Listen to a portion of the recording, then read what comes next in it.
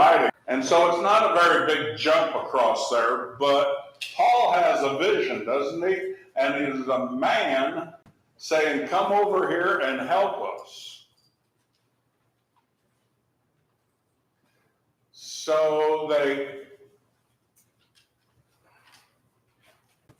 sail across to a place called Neapolis, which is the harbor there, and then they make their way up through Amphipolis to Philippi.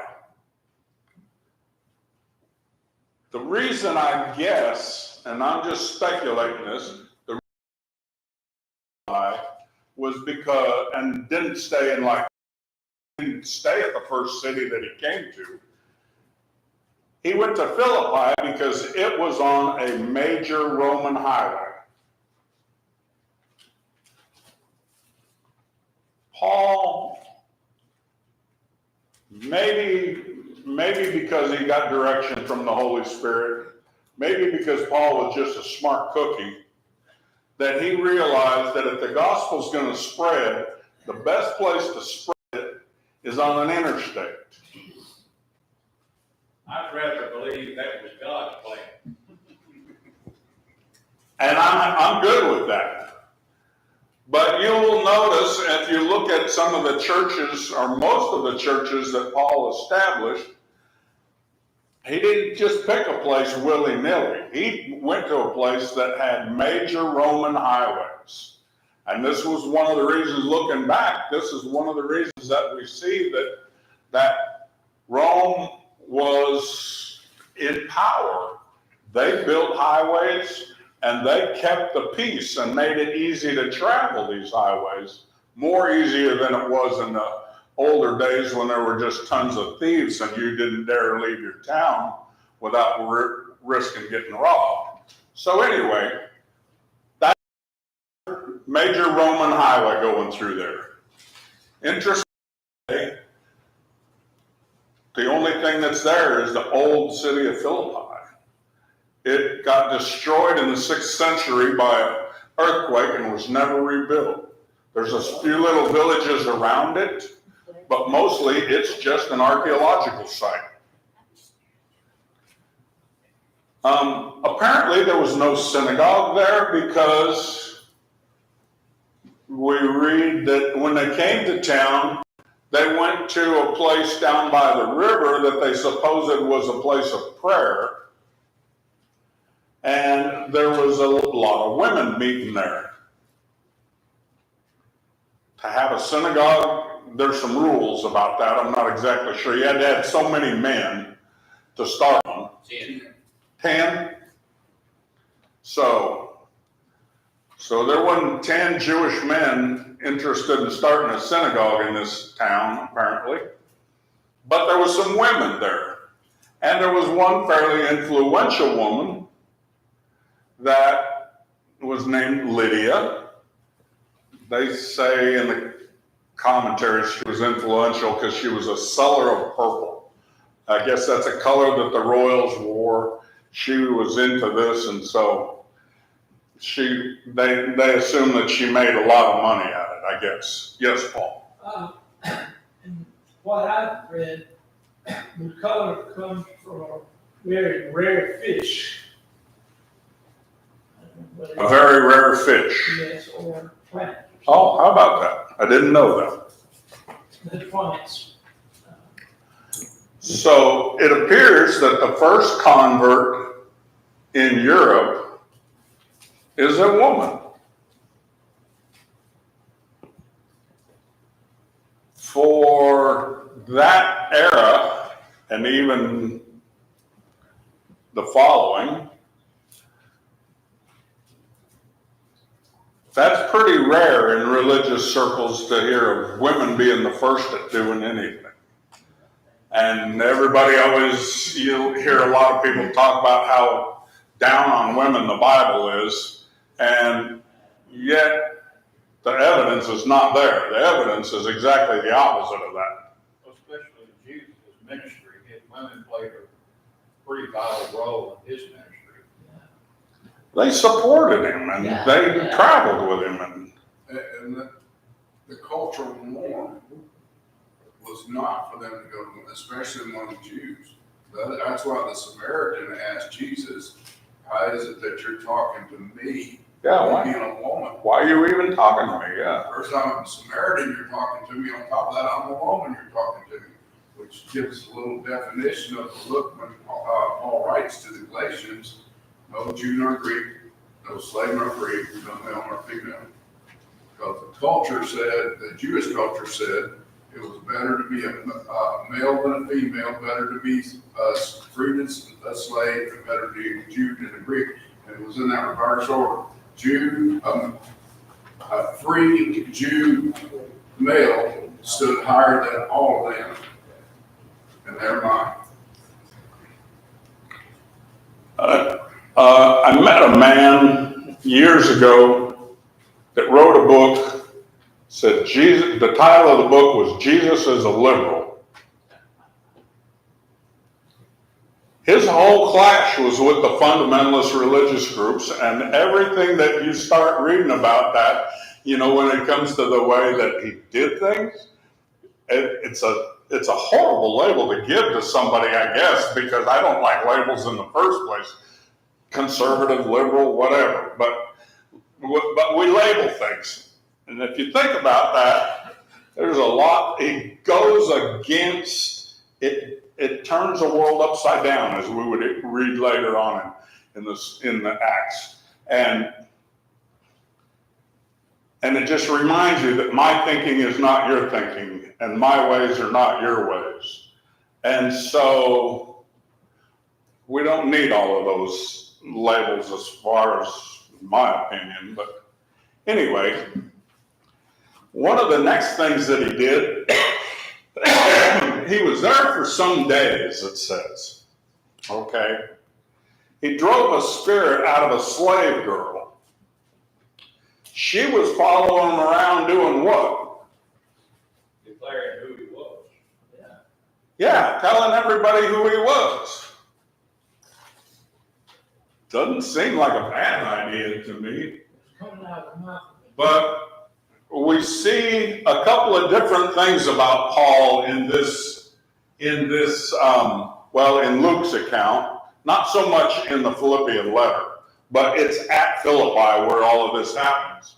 One of the things it says about Paul, he got annoyed with her,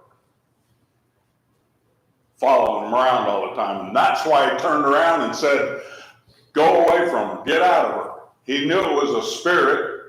He knew it wasn't a spirit from God, and so he drove the spirit out by the power of the Holy Spirit. But he says he was annoyed because she was following him. This is also another place that we see Paul asserting his rights as a Roman citizen. Talks about in Corinthians him giving up his rights as an apostle. Talks about him not thinking more highly of himself than you ought to, reminding us that. But there is an occasion here where he asserts his rights as a Roman citizen in order to, bring, I don't know why he did that exactly, but it happened. But the interesting part is he doesn't assert him when he's arrested. He asserts him when they go to let him go. Exactly. Yeah. Because they're trying to let him go privately, and they're trying. And I think Jackie Stearman made a comment, and it makes sense to me. One of those things is you beat us as Romans, and now we have this congregation that we've got started between here and there. How do we best get them to leave them alone? Well, if we point out that we were Roman citizens and you beat us because of this, without any trial, without any due process, you put the fear of God in them. That's it. That's exactly it. And so the church at Philippi was left alone. So Good point. He's using the law here, not for status or any other reason except to make a point. Because it was against the law, he's in a way that's unworthy, but here as a teaching lesson for them also. Yeah. And I think there's lessons there that we can learn too. I've never had to apply that in any way. The only story that I've ever heard about that, and they already knew, but the Chinese, the guys that I traveled with, I wasn't with them at the time, but they got thrown in jail in China. At this time in history, Americans get treated much better because we have so much money, I guess. But Americans get treated so much better in China than they used to be. They would treat them as spies or whatever before. I don't know, but now they just deport you. They take they take your phone and your computer, and they drain all of that and give it back to you. But they were in there the whole night. And he said it reminded him of Paul and Silas, and him and the other kid that was with him was scared to death, and he's just started singing hymns in jail. But they kept him up all night, questioned him and everything. But since they were Americans, they didn't do anything to him. The next morning, they took him to the airport, put him on a plane, and sent him back to America. They didn't want any political trouble. Okay, and so he drove this spirit out of this slave girl, and as a result of that, mob mentality, these guys that owned this slave girl complained about it, and everybody started beating on them, and they drug them into the square, and of course you know how all of that went, and they threw them in jail. When I was looking through the pictures of the excavation of Philippi, they had what they supposed is the jail. I don't know whether it is or whether it isn't, but it's a hole in the ground, a hole in the side of a hill. It's nothing to look at. I mean, it's like walking into a cave, I guess. But it was interesting that years later, they turned that jail into a church. And there's paintings all over the walls on the inside of Paul and Silas being there and how that became a church. So it's just an interesting little side story. There's a lot of neat pictures of Philippi. But the thing that amazed me the most is that it's one of the few places where the church began where there is absolutely nothing today but archaeological digs. No big cathedral built there, this basilica of Paul and Silas or whatever, nothing. It's just a place to stop by for tourists on the way through Greece.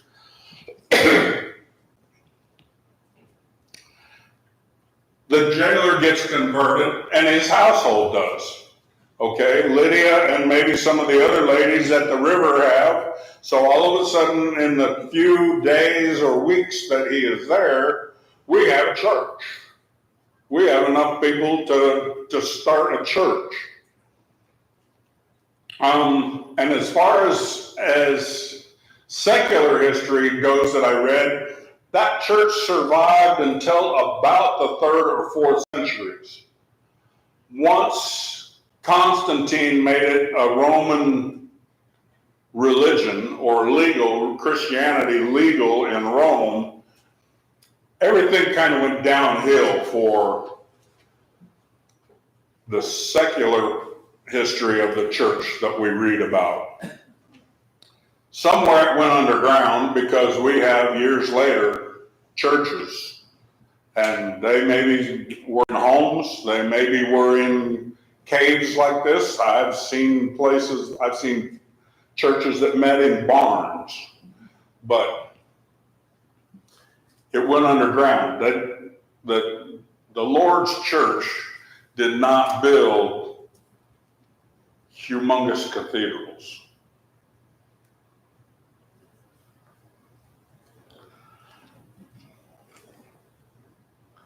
Okay, some of the themes and the lessons that we can get out of Philippians. Finding a theme to this letter was a little difficult. It's very much, I think I've heard it titled a love letter. This is a letter where he really, compared to some of the other letters, he doesn't have anything bad to say about the Philippians. He's pretty proud of this church. He's pretty happy with what they've been doing, and we're going to see some of the reasons why. But this is a very positive, very upbuilding letter that was written from, I'm going to say, a Roman prison, because we see at the end of the book he talks about Caesar's household. So I'm going to assume that this was written, because he talks about right at the first that he's in prison, but he's been in prison a couple of different places. So if we assume that he was in prison in Rome, it's probably, this letter's written maybe like 12 years after the church has been established. They seem to be doing pretty good for a fledgling church. I don't know the history that well of this church, but where were they in 12 years? I know that it seems in this day and age that a new church getting started takes forever to appoint elders and deacons. This church had them, apparently, from what Paul says. So there's a lot of different things going on in this letter. This is what I chose as a theme. I think this kind of is a central, it keeps our mind focused around where it needs to be. You remember, there's a lot of that come out of Philippians. There's a lot of positive things in this book that get quoted very often. Do you know what this one says? Do you remember?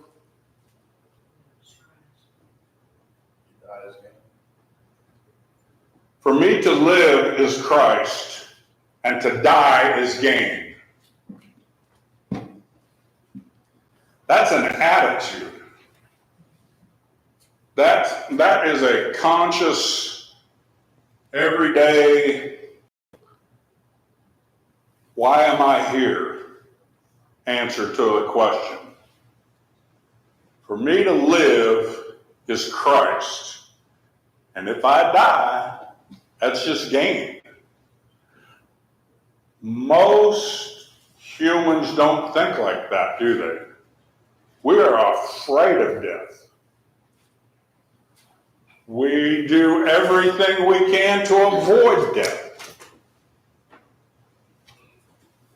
Had a friend that was always said, I'm ready to go tomorrow. I'm ready to go tomorrow. I wish the Lord would just take me. I'm ready to go tomorrow. He'd get the least little sniffle, whoo, to the doctor he went. Actions didn't really match his words, because our body doesn't want to die. I remember another guy telling me about his mom. His mom said that she was ready to go. When she was on her deathbed, he saw her body fighting just to stay alive. We're built to stay alive. We all know we're going to die, but we're built to stay alive. We fight it with every bit of our being. During that time period, there were so many people being punished, being mistreated for being Christians. It was hard for them to live during that time period. Illness was everywhere. They didn't have antibiotics. Death was a part of life, very immediate at all times during that period. I agree. And that's why he had to maybe encourage them with this idea. That's exactly what it goes. If we're correct in what we have supplemented from different various scholars and everything, that this is when he was in that house arrest at the end of Acts, that 2 years that Luke's right about that he writes this letter. He's chained to a Roman guard, and there's a great possibility because he's going to appear before Caesar. It's going to be one of two things, released or death. So his point here is to them, if I die, remember, it's gain for me. I'll live. If I live, it's for Christ. But you need to realize that I see it as gain for me. Yep. And we'll read that down as we get to that context, but yeah. Paul also observed these Roman soldiers, and he would liken them to Christianity in a way that we are soldiers of Christ. And if we are soldiers of Christ, we need to live like soldiers. We always have to be ready to rebut, to defend, and to help encourage to come into the fold. We have to be ready on 360 in our life daily in order that we can defend, be on the offensive, and do everything and be ready to die. And I've always told my children, and I've always told the Kinder Church of Christ, as a Christian, we have to always be ready to die. If we're ready to die, then we should be ready in the living already, because we're ready to die. But it's hard for a lot of us to think like that. I know it's not hard for some of you because you served in the military. And the whole purpose of being a soldier is to be a first responder to a threat to the nation. And so you're prepared, they are supposed to prepare you to die. Try to live. They try to teach you how to live, how to stay alive. But that's the reason you join the military and become a soldier, is that you are ready to die at any moment for the freedom of others. I don't believe the military thinks that way anymore. I think they think it's a country club, because everybody goes all up in arms. Oh, my kid's going to war. Of course he's going to war. That's why he joined. My nephew said, told my sister, he said, I'm tired of taking orders. I'm joining the army. And he ended up in Kuwait. And he ended up, well, that's another story. But he took orders for the next 7 years out of his life from somebody else. And then he got married. And so he's still taking orders. I mean, he didn't get away from it at all. The first one taught him how to follow the last one. Okay, the next thing that I thought of as lessons, that's kind of what I thought of as a theme. You might have a different theme to this letter, but that one just kind of solidified it for me. Some of the lessons in here that we see from some of his quotes, remembering things. He remembers the Philippians with love and compassion and fondness, and he uses a lot of really positive words in remembering because the letter doesn't give any indication of the trials that he started out with.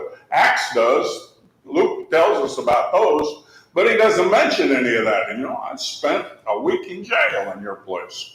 No, he doesn't talk about that. Some of the things he does talk about, though, is some of the things forgetting. He remembers with fondness the people, the Philippians, but there's things that he forgets. There's things that he says, I need to forget. Forget what was back behind me. Forget what was in the past. Forget what I've accomplished. Strive on forward to the upward of Christ. And so we have this remembering, forgetting thing and pushing forward all the time. Not resting on his laurels. Well, I've established all of these churches and stuff like that. As far as he's concerned, the last church he established was the first one he established, it seems like. You had something, Al? I think that's important, and I was just thinking of the impact it would have made on the jailer in his household. That next morning, after they're converted, they had a chance to believe, they didn't take it, they teach him the gospel and they convert him, and the next morning, those magistrates send them to quietly let him go. Just let him go. And then he brings up the citizenship. That jailer had to know at that moment he could have done this at any time. Yeah. And so when he talks about forgetting those things of the past, these people understand that those things like that Roman citizenship, that was not something to be held on to be used. That was something to be put back. So when he's telling them about be humble, esteem one another, he's not just preaching what he's saying, he's preaching what he lived. Yes, very much so. Interesting thing about that, now that you mention that too, if he had not gone back to the prison after they baptized him and they fixed their wounds and fed him and everything, if he'd have not gone back to the prison and those magistrates had come in the next day and everybody was gone, that jailer would have got killed. Yeah, and that's the thing about it. So they went back to prison after they got out. And it wasn't just they went back into the prison, they went back into the stocks and bonds free. Because they would have had to keep him on. That was his charge. Yeah, interesting, very interesting. Hey, I can't help but think when we think about the beginning of this church there, how it to a degree corresponds with the beginning of this church here. There were some women meeting down on the beach. This started with two women meeting in their home. This Yeah. congregation many years ago. Very, very interesting, yeah. Very close type of same idea.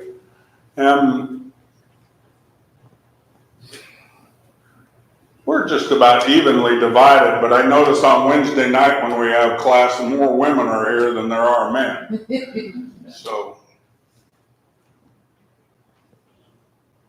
another lesson that we can get from this is the generosity and the hospitality of the Philippians. Paul talks about him giving to his mission from the very first day till now. So this is 12 years later. He's still in prison. They sent somebody to him to take him whatever it was that he needed. So they've been, not only they've been persevering in a tough situation where they were, but they didn't forget about Paul. They didn't forget about the preacher that had come to them and introduced God to them. So I think that's another important lesson that we get from that.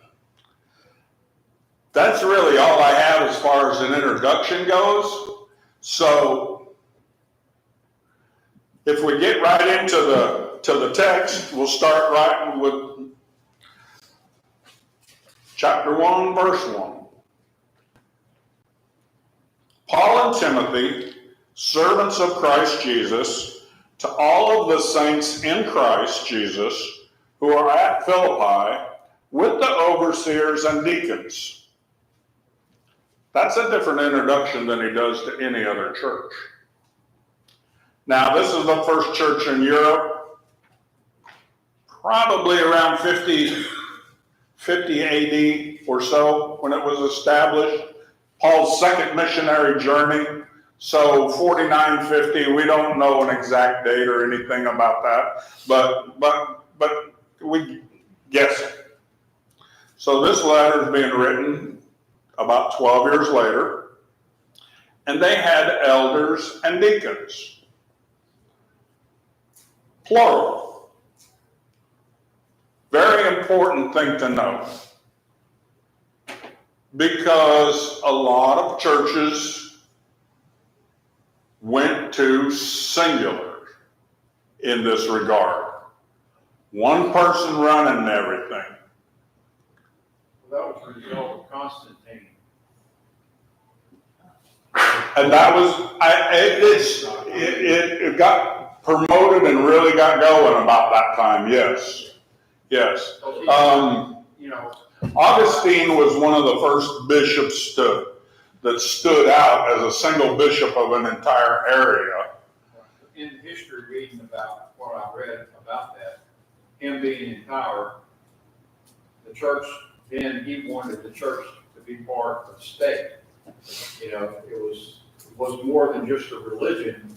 He recognized it as possibly being part of state government because there are certain powers and so on and so forth. So therefore, you know, he required church to send representatives, and those were bishops as the general rule, those were representatives. Mhm. So they then became the spokesperson for that particular church. And so everything kind of evolved off of that, those meetings that they had and those synods they had and so on and so forth, revolving around the church at that particular time. And what he was pushing as Caesar of Rome, he, you know, whatever he said happened. So that was the way it was pushed. There's another aspect of that too, after Constantine, that you just made me think of. In most things, they tell you, follow the money. Constantine was smart enough to realize these are really giving people. There's a lot of very influential people in these congregations. There's a lot of money to be had here. Do you know, to this day, in Italy, the Roman Church has a tax on all of the churches. I don't know exactly what it is now, but a certain percentage of your contribution, whether you're Catholic, Presbyterian, Baptist, or Church of Christ, a certain percentage of your contribution goes to the Roman Catholic Church right off the top, before it even goes to the state of it or to the country of Italy. So they recognized that these were giving people. There's a lot of money generated. I read an article not too long ago about 501c3s in the United States. 501c3s are the tax-exempt organizations in the United States. Tax-exempt, non-profit organizations.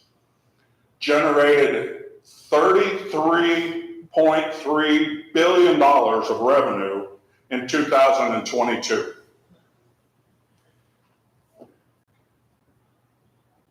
$30.1 billion of that went to expenses. So nonprofit groups made $3.2 billion off of being a nonprofit group. 95% of those nonprofit groups are churches. There's a lot of money gets generated in the church. And you're only one government vote away from losing that. Right. We could be required at any point in time, Yeah. that is rescinded, to have to start paying taxes on it. But the reason that was established to begin with was because what you brought up with Rome. Because this country was founded on freedom of religion, it meant that churches, when it came down to trying to do taxes, had to be left exempt. That's what our forefathers saw it as. Now, have men misused it? Yes. But is that all men? When I talk to the Church of Christ